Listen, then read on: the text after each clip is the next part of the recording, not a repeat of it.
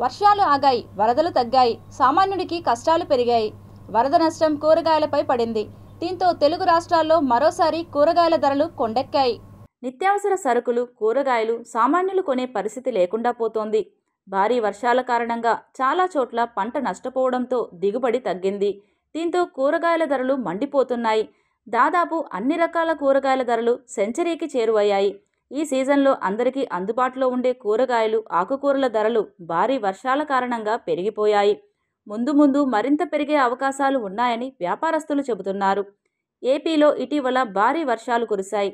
దీంతో కూరగాయల సాగు దెబ్బతీసింది. గణనీయంగా కూరగాయల దిగుబడి తగ్గింది.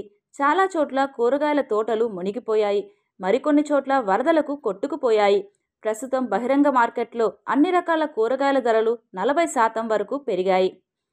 టమాటాలు 40 నుంచి 50 వరకు పలుకుతుండగా పచ్చిమిర్చి కిలోకి 70, చిక్కుడు కిలో 100, బీరకాయ 80, బెండకాయ 70, క్యారెట్ 100, కాకరకాయ 80, కాలీఫ్లవర్ 80, ఆకుకూరల కట్ట 20, కొత్తిమీర, పుదీనా కట్ట 50 నుంచి 100 పలుకుతోంది.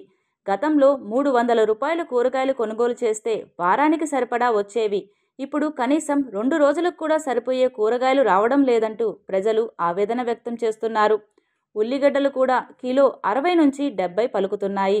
ఈ ధరలు కొత్త పంటలు వచ్చే వరకు కంటిన్యూ అవుతాయని వ్యాపారస్తులు చెబుతున్నారు.